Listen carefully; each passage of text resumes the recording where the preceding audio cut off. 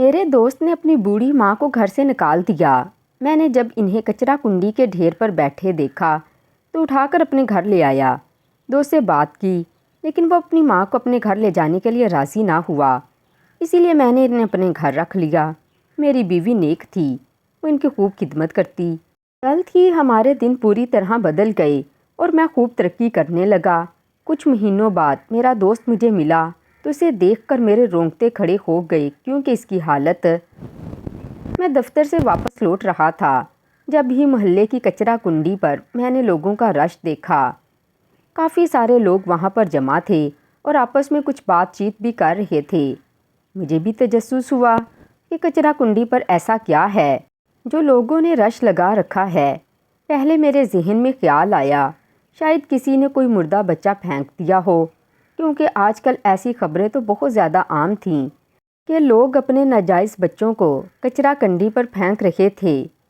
کچھ ہفتے پہلے بھی اسی کچرا کنڈی سے ایک نوزائیدہ بچے کی لاش ملی تھی، لیکن پھر میں نے سوچا کہ اگر ایسی بات ہوتی تو اب تک یہ رش ہٹ چکا ہوتا۔ خیر، تجسس کے عالم میں میں بھی کچرا کنڈی پر رک گیا۔ ایک دو لوگوں سے پوچھا تو کہنے لگے، پتہ نہیں کوئی پاگل عورت ہے کچرا کنڈی پر بیٹھی ہے اور روئے جا رہی ہے۔ میں نے ذرا سا لوگوں کو سائڈ پر ہٹایا اور پھر جیسے ہی میری نظر اس عورت پر پڑی تو میرے سر پر تو آسمان گر پڑا۔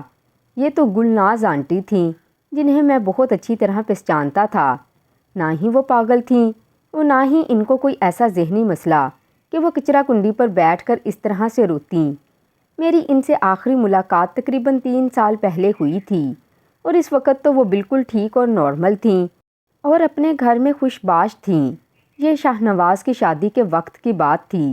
اس کے بعد سے میری ان سے کوئی ملاقات نہیں ہوئی تھی، کیونکہ شاہ نواز کی بیوی کا مزاج کچھ ایسا تھا کہ میں نے اس کے گھر جانا ہی چھوڑ دیا تھا۔ گلناز آنٹی کو دیکھ کر میں جلدی سے آگے بڑھا۔ میں نے آواز دی، گلناز آنٹی، آپ یہاں پر کیا کر رہی ہیں؟ شاہ نواز کہاں ہے؟ آپ اس حال میں یہاں کچرا کنڈی پر کیوں بیٹھی ہیں؟ مجھے دیکھتے ہی ان کی آنکھوں میں شناسائی سی رمق ابھری اور پھر وہ ایک دم سے ہی سر جھکا گئیں اور منہ پھیر لیا، جیسے خود کو مجھ سے چھپانا چاہتی ہوں۔ میں نے آگے بڑھ کر انہیں گندگی کے ڈھیر سے اٹھایا اور لوگوں سے کہا کہ یہ تو میری جاننے والی ہیں، آپ لوگ فکر نہ کریں، میں انہیں ان کے گھر پہنچا دوں گا۔ وہاں موجود لوگ عجیب عجیب باتیں کرنے لگے کہ پتہ نہیں کیسے لوگ ہیں، گھر کے بڑوں کی خبر نہیں ہے۔ اگر عورت پاگل ہے تو باندھ کے رکھنا چاہیے تھا نا، نہ جانے کیسی اولاد ہے۔ بوڑھی ماں کا بھی خیال نہیں رکھا۔ سارا ہی محلہ پریشان ہو گیا تھا کہ پتہ نہیں کیا معاملہ ہے۔ میں نے گلناز آنٹی کو اپنی موٹر سائیکل پر بٹھایا اور اپنے گھر لے آیا۔ میری بیوی بھی گلناز آنٹی کو پہچانتی تھیں۔ ہماری شادی پر گلناز آنٹی نے شرکت کی تھی۔ ان کی شخصیت ایسی تھی کہ جو کوئی ایک بار ان سے مل لیتا تو وہ انہیں بھول نہیں سکتا تھا، اسی لیے صدف بھی انہیں فوراً پہچان گئی۔ وہ جلدی سے انہیں اپنے ساتھ واش روم لے گئی، صاف ستھرا کروایا اور انہیں پہننے کے لیے اپنا سوٹ دیا، اور پھر جب وہ واپس آ کر ڈرائنگ روم میں بیٹھیں تو میرے سے نظریں نہ ملا سکیں۔ گلناز آنٹی جیسی نفیس خاتون کو اس طرح دیکھ کر میرا دل بھر گیا۔ میں نے فوراً کہا، آنٹی کیا بات ہے؟ آپ اس طرح کیوں پریشانی سے کچرا کنڈی پر بیٹھی تھیں؟ اور شاہ نواز کہاں ہے؟ بتائیں تو صحیح کہ کیا معاملہ ہے؟ انہیں اس طرح دیکھ کر نہ صرف میرا دل پسیج گیا تھا بلکہ میرے ذہن میں بہت سے خیالات گردش کر رہے تھے۔ شاہ نواز کی بیوی مسرت کو پہلی بار دیکھتے ہی میں اس کی فطرت کو جان گیا تھا، اسی لیے مجھے فوراً یہ خیال آیا کہ کہیں مسرت نے تو گلناز آنٹی کو، مگر میں خود سے ایسی کوئی بات نہیں کہنا چاہتا تھا، اسی لیے میں ان سے پوچھ رہا تھا کہ کیا معاملہ ہے۔ اور پھر گلناز آنٹی نے روتے ہوئے ایسی بات بتائی کہ میرے لیے یقین کرنا مشکل ہو گیا۔ کہنے لگیں، بیٹا شاہ نواز کی پردیس میں نوکری لگ گئی تھی، وہاں سے اس کا اور اس کی بیوی کا ویزا آیا تھا۔ اس نے گھر فروخت کر کے باقی ساری کارروائی کی اور اپنی بیوی کے ساتھ پردیس چلا گیا اور مجھے گھر سے نکال دیا۔ اب میرے پاس رہنے کو کوئی جگہ نہیں ہے، مجھے کوئی ایسا گھر بھی نہیں پتا جہاں بڑے بوڑھوں کو رکھا جاتا ہے۔ گلناز آنٹی کے کہنے کا مطلب اولڈ ہوم تھا۔ میں نے حیرت سے پوچھا، شاہ نواز کب باہر گیا؟ میں تو اس کا دوست تھا، لیکن مجھے اس بارے میں کچھ خبر نہیں۔ کہنے لگیں، بس 15 دن ہونے والے ہیں۔ جب سے میں یہاں وہاں بھٹکتی ہوں، کھانے کو کچھ نہیں ملتا تو کسی کچرا کنڈی پر بیٹھ جاتی ہوں۔ ابھی کچرا کنڈی پر ایک تھیلی میں مجھے شاہ نواز کی پسندیدہ ڈش نظر آئی جو سڑ چکی تھی، تو بے اختیار ہی میں اسے یاد کر کے رونے لگی تھی، اور پھر لوگ جمع ہو گئے۔ یہ کہہ کر وہ پھر نظریں چرائے مجھ سے روئے جا رہی تھیں۔ میں نے غصے میں کہا، اگر اسے جانا تھا تو پھر گھر فروخت کرنے کی کیا ضرورت تھی؟ گلناز آنٹی شرمندگی سے کہنے لگیں، بیٹا اس کی بیوی مسرت کا یہی فیصلہ تھا کہ وہ اب دوبارہ یہاں واپس نہیں آئیں گے، اسی لیے گھر فروخت کرنا اس کے لیے ضروری تھا۔ میری بیوی نے انہیں تسلی دی اور کہنے لگی، کھانا تیار ہے، اب میرے ساتھ چلیں، ہم کھانا کھاتے ہیں، باقی باتیں بعد میں ہوتی رہیں گی۔ گلناز آنٹی کی آنکھوں میں جھلملاتے آنسو دیکھ کر صدف نے ان کا دھیان بٹایا۔ وہ گلناز آنٹی کو اپنے ساتھ لے گئی اور مجھے اشارے سے اس نے شاہ نواز کو فون کرنے کا کہا۔ میں نے شاہ نواز کا فون ملایا تو اس کا فون مستقل بند تھا۔ میں نے اپنی بیوی صدف سے کہہ دیا کہ تم آنٹی کا خیال رکھو، میں کسی طرح شاہ نواز کا نمبر نکالتا ہوں۔ ظاہر سی بات ہے پردیس میں اس کا کانٹیکٹ نمبر کچھ اور ہوگا۔ میں 1-2 دوستوں سے معلوم کرتا ہوں، کسی نہ کسی کو تو خبر ضرور ہوگی، پھر میں اسے گلناز آنٹی کی حالت سے خبردار کرتا ہوں۔ یہ تو اس نے بڑی ہی غلط حرکت کی ہے، اگر جانا ہی تھا تو گھر فروخت کر کے کیوں کیا؟ اس عمر میں اس نے اپنی ماں سے سر کی چھت بھی چھین لی۔ مجھے شاہ نواز کی اس حرکت پر نہ صرف افسوس ہوا تھا بلکہ اس کے مستقبل کی بھی فکر ستانے لگی تھی، کیونکہ اپنی ماں کو اس حال میں پہنچا کر وہ ترقی تو ہرگز نہیں کر سکتا تھا۔ یہی میرا یقین تھا۔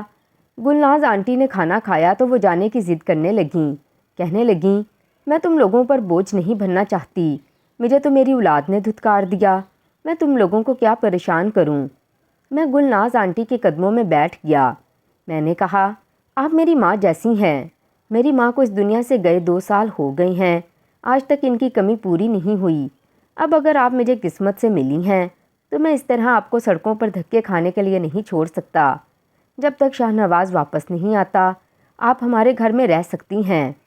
میری بیوی بھی بہت اچھی نیک فطرت کی ہے، اس نے بھی گلناز آنٹی کو گھر پر رکھنے پر کوئی اعتراض نہ کیا، بلکہ وہ خود کہنے لگی کہ آنٹی آپ نہ جائیں، آپ ہمارے ساتھ رہیں، ہمارے گھر میں بھی رونق لگ جائے گی۔ میرے تو بچے بھی نہیں، میں اکیلی رہتی ہوں، آپ کے ساتھ میرا بھی دل لگا رہے گا۔ ہمارے بہت اصرار کرنے پر گلناز آنٹی ہمارے گھر ہی رک گئیں۔ میں نے اپنی ماں کا کمرہ انہیں دے دیا اور وہ مجھے بہت زیادہ دعائیں دے رہی تھیں۔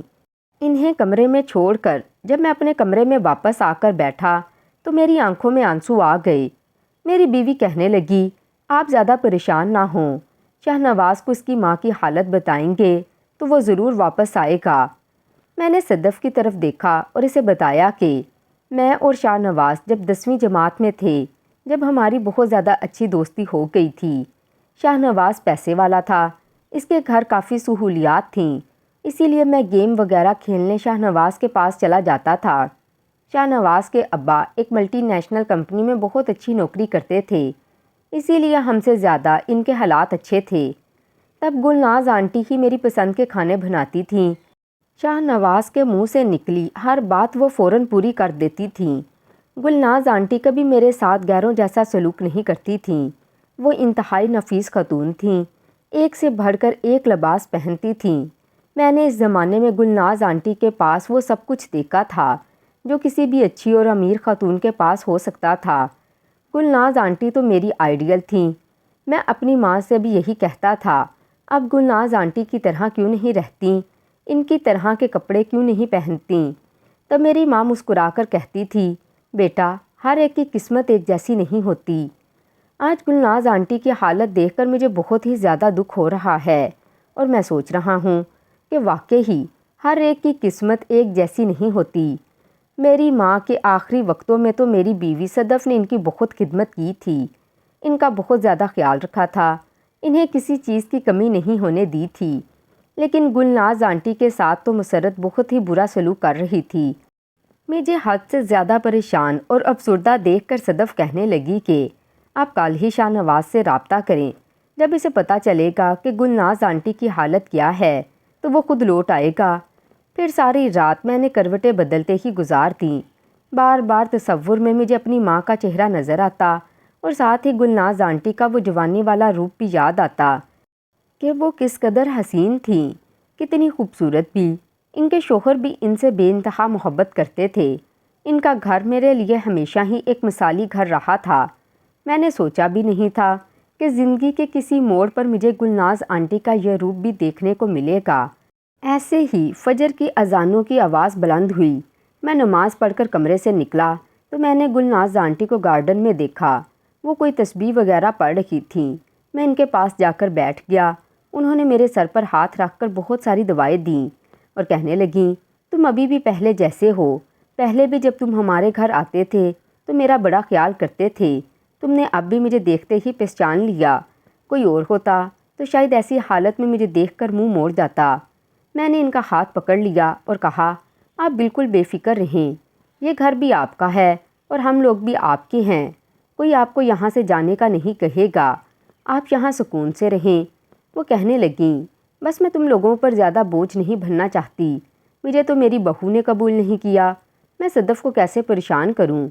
میں نے مسکرا کر کہا، مائیں بوجھ نہیں ہوتیں، یہی میری اور صدف کی سوچ ہے۔ میری بات پر ان کے چہرے پر ایک عجیب سا تاثر آیا، جیسے وہ کسی بات کو قبول کرنے کی کوشش کر رہی ہوں۔ آنکھوں میں آتی نمی کو انہوں نے بڑی مشکل سے ضبط کیا۔ کچھ ہی گھنٹوں بعد میں دفتر کے لیے نکلا تو دفتر جانے کی بجائے میں سیدھا حمزہ کے گھر پہنچ گیا۔ حمزہ میرا اور شاہ نواز کا مشترکہ دوست تھا۔ اس کی مجھ سے تھوڑی کم دوستی تھی، لیکن شاہ نواز سے زیادہ تھی۔ مجھے یقین تھا کہ اسے شاہ نواز کے بارے میں کچھ نہ کچھ پتہ ضرور ہوگا۔ اتنے سالوں بعد مجھے اپنے گھر دیکھ کر حمزہ بالکل حیران رہ گیا۔ پھر مجھے گلے سے لگا کر کہنے لگا، یار شادی کے بعد تو سبھی بہت مصروف ہو گئے ہیں، پرانے دوستوں سے ملنے کا وقت ہی نہیں ملتا۔ میں نے اس سے خیر خیریت پوچھی تو پتہ چلا کہ اس کی بھی شادی ہو گئی ہے، وہ بھی 2 بچوں کا باپ بن گیا ہے۔ پھر میں نے ڈھکے چھپے لفظوں میں اس سے شاہ نواز کے بارے میں پوچھا۔ میں کھل کر کوئی بات نہیں کرنا چاہتا تھا، مجھے بس شاہ نواز کا نمبر چاہیے تھا۔ وہ کہنے لگا، شاہ نواز تو پردیس میں پوری طرح سیٹل ہو گیا ہے، ایک بہت بڑی کمپنی میں اس کی نوکری لگی تھی۔ وہ اور اس کی بیوی وہاں ایک لگژری اپارٹمنٹ میں بہت اچھی زندگی گزار رہی ہیں۔ میں نے کہا، یہ تو بڑی اچھی بات ہے، مجھے بھی شاہ نواز کا نمبر دو۔ بس ایسے ہی پرانے دوستوں کی یاد آ رہی تھی۔ میں نے سوچا کہ کچھ بات چیت ہو جائے۔ اس نے فوراً ہی مجھے شاہ نواز کا نمبر دے دیا۔ پھر میں نے اسے گلناز آنٹی کے بارے میں پوچھا تو وہ کہنے لگا، گلناز آنٹی کا تو مجھے کچھ پتہ نہیں۔ ایک بار میں نے شاہ نواز سے پوچھا تھا تو اس نے کہا وہ کسی رشتہ دار کے گھر ہیں۔ کچھ دیر حمزہ کے پاس بیٹھ کر میں باہر نکلا تو مجھے بڑا افسوس ہوا کہ شاہ نواز نے اپنی ماں کے حوالے سے سب کو جھوٹ کہا تھا کہ وہ کسی رشتہ دار کے پاس ہیں، جبکہ سچ تو یہ تھا کہ وہ سڑک پر در بدر گھوم رہی تھیں۔ میں اپنے دفتر پہنچا اور وہاں جاتے ہی میں نے سب سے پہلے شاہ نواز کو فون لگایا۔ کچھ ہی دیر بعد اس نے میرا فون اٹھایا اور میری آواز سن کر بہت خوش ہوا۔ پھر مجھ سے میرے بارے میں پوچھنے لگا۔ تب میں نے اسے گلناز آنٹی کے بارے میں بتا دیا، یہ بھی بتایا کہ وہ مجھے کچرا کنڈی سے کس حالت میں ملی تھیں، وہ کس ذہنی اذیت سے گزر رہی تھیں۔ میری بات سن کر وہ خاموش ہو گیا اور کہنے لگا، یار میں نے کہا تھا کہ میں انہیں ان کے بھائی کے گھر چھوڑ دیتا ہوں، لیکن وہ نہ مانی۔ اولڈ ہاؤس وہ جانا نہیں چاہتی تھیں، اسی لیے میں کیا کرتا، میں نے انہیں ان کے حال پر چھوڑ دیا۔ مجھے یہ سن کر بہت ہی زیادہ دکھ ہوا۔ میں نے کہا، تم واپس آؤ اور گلناز آنٹی کو اپنے ساتھ لے جاؤ۔ جب تمہاری اتنی اچھی نوکری ہے تو تم ان کا خرچہ کیوں نہیں اٹھا سکتے؟ وہ کہنے لگا، میری بیوی اماں کو ساتھ رکھنے کے لیے راضی نہیں، وہ یہاں پر انہیں اپنے ساتھ نہیں لانا چاہتی، اور وہاں ہمارے ماموں کے علاوہ اور کوئی نہیں۔ اماں ماموں کے گھر جانا نہیں چاہتی، میں تو خود بیچ میں پھنس کر رہ گیا ہوں۔ تم انہیں کسی اولڈ ہاؤس پہنچا دو، ان کا خرچہ میں تمہیں بھیج دوں گا، یا پھر چاہو تو اپنے گھر رکھ لو، لیکن مجھ سے ان کے بارے میں کوئی بات نہ کرو۔ شاہ نواز کی بات سن کر مجھے یقین ہی نہیں آیا کہ یہ وہی لڑکا تھا جس کو بڑا کرنے کے لیے گلناز آنٹی نے بہت محنت کی تھی۔ میں نے شاہ نواز سے کہا، انہیں تمہارے پیسوں کی بھی ضرورت نہیں، تم ان کی طرف سے بے فکر ہو جاؤ، آج سے وہ میری ماں ہیں۔ اور میں نے غصے میں فون بند کر دیا۔ جب میں گھر واپس پہنچا تو صدف اور گلناز آنٹی بیٹھ کر باتیں کر رہی تھیں۔ گلناز آنٹی کے چہرے پر مسکراہٹ تھی، اور وہ کافی نارمل نظر آ رہی تھیں، اسی لیے میں نے ان کے سامنے شاہ نواز کی کوئی بات نہیں کی۔ لیکن جب رات کو صدف نے مجھ سے شاہ نواز کے بارے میں پوچھا تو میں نے اسے سب کچھ سچ سچ بتا دیا اور اس سے کہا کہ تم بتاؤ اب میں آنٹی کو اولڈ ہاؤس چھوڑ کر آؤں یا نہیں، یا پھر ہم انہیں خود رکھ لیں۔ میری بات سن کر وہ کہنے لگی، آنٹی کے آنے سے تو میرا دل لگ گیا ہے، مجھے ان کے یہاں پر رہنے پر کوئی اعتراض نہیں، وہ تو بہت ہی تجربہ کار اور سمجھدار عورت ہیں، ان کے ہونے سے مجھے بہت آسانی ہوگی، اور پھر وہ بہت ہی محبت کرنے والی بھی ہیں۔ آپ تو جانتے ہیں میرے ماں باپ بہت پہلے ہی اس دنیا سے چلے گئے تھے، پھر آپ کی ماں بھی چلی گئی تو ہمارے پاس کوئی نہ رہا۔ اب اللہ تعالیٰ نے اگر توفتاً گلناز آنٹی کو ہمارے گھر بھیج دیا ہے تو میں انہیں ہمیشہ سنبھال کر رکھوں گی۔ صدف کی سوچ پر مجھے بہت خوشی ہوئی اور پھر گلناز آنٹی نے ہمارے ساتھ ہی رہنا شروع کر دیا۔ دھیرے دھیرے انہوں نے ہمارے گھر کو اپنا گھر مان لیا۔ وہ صدف کا بہت زیادہ خیال بھی رکھتی تھیں۔ میں پہلے دفتر جاتا تو مجھے یہ فکر ستاتی کہ میری بیوی اکیلی ہوگی، لیکن گلناز آنٹی کے آنے کے بعد سے تو میں بالکل بے فکر ہو گیا تھا۔ ایک دن باتوں باتوں میں گلناز آنٹی نے خود بتایا کہ ان کا ایک بھائی ہے، لیکن وہ اس کے گھر نہیں جانا چاہتی کیونکہ ان کی بھابھی بھی مسرت جیسی ہی عورت ہے۔ وقت تیزی سے گزرتا چلا گیا۔ 3 مہینے بعد ہمیں ایک ایسی خبر ملی جس کا ہم نے تصور بھی نہیں کیا تھا۔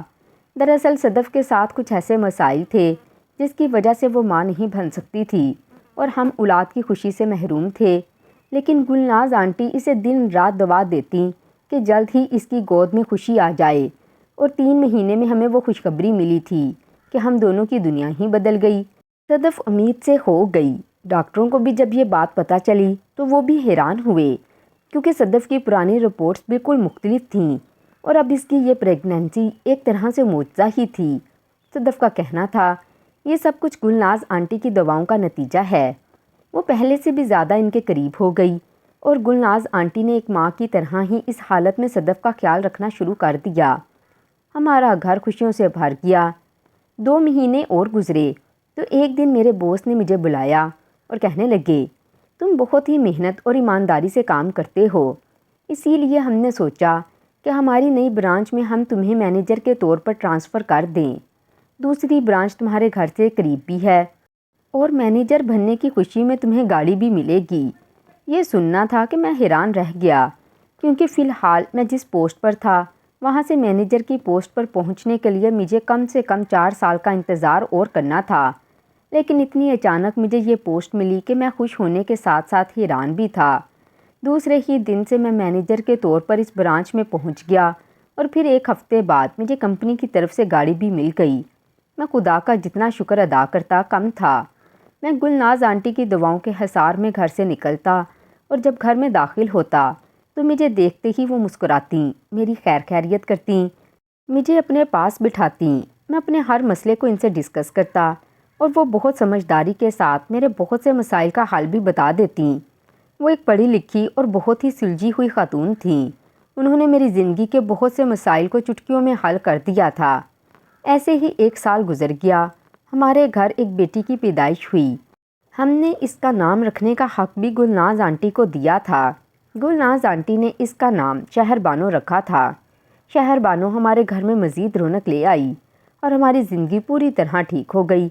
سب کچھ صحیح جا رہا تھا، لیکن ایک دن میں دفتر سے واپسی کے لیے نکلا تو دفتر کے دروازے پر کھڑے شخص کو دیکھ کر حیران رہ گیا۔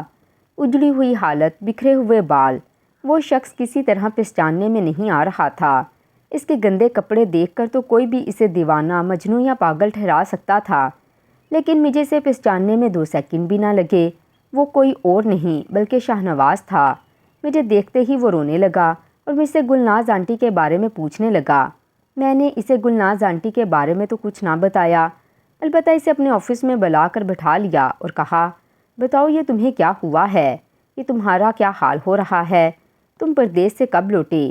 میری بات سن کر وہ رونے لگا اور کہنے لگا، اس کی پردیس میں نوکری چھوٹ گئی تھی، پھر دوبارہ اسے نوکری نہ ملی، مجبوراً وہ اپنی بیوی کے ساتھ وطن واپس آیا، لیکن اس کی بیوی کو پیسوں اور عیاشی کی عادت ہو چکی تھی، اس لیے جب یہاں آ کر ان کے حالات نہ سنبھلے تو وہ کسی اور آدمی کے ساتھ چلی گئی اور اس نے شاہ نواز کو تنہا چھوڑ دیا۔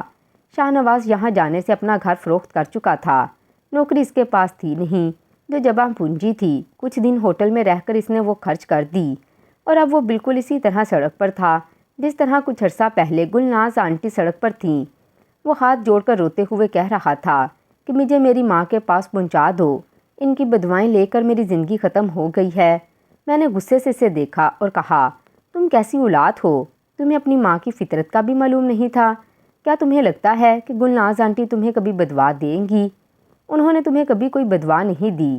ہاں اتنا ضرور ہوا ہے کہ ان کے آنسوؤں نے عرش کو ہلا دیا اور تمہیں خود بخود سزا مل گئی، لیکن ایک ماں کبھی بھی اپنی اولاد کو بدوا نہیں دے سکتی۔ تمہارے ساتھ جو کچھ ہوا وہ تمہارے گناہوں کا نتیجہ ہے، نہ کہ تمہاری ماں کی بدواؤں کا اثر۔ تم نے خود ایک پل کے لیے بھی یہ نہیں سوچا کہ تمہارے پیچھے تمہاری ماں کا کیا ہوگا، وہ کہاں جائے گی؟ تم نے تو اس کے سر سے چھت بھی چھین لی، لیکن اب خود پر گزری ہے تو تمہیں احساس ہو رہا ہے، اپنی ماں کی یاد آ رہی ہے۔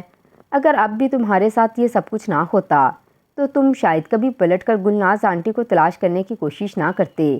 تم جیسا انسان اولاد کہلانے کے لائق نہیں، اور نہ ہی گلناز آنٹی کو اب تمہاری ضرورت ہے۔ میری بات سن کر وہ میرے قدموں میں بیٹھ گیا، رونے لگا، معافی مانگنے لگا، کہنے لگا، بس ایک بار مجھے میری ماں سے ملوا دو۔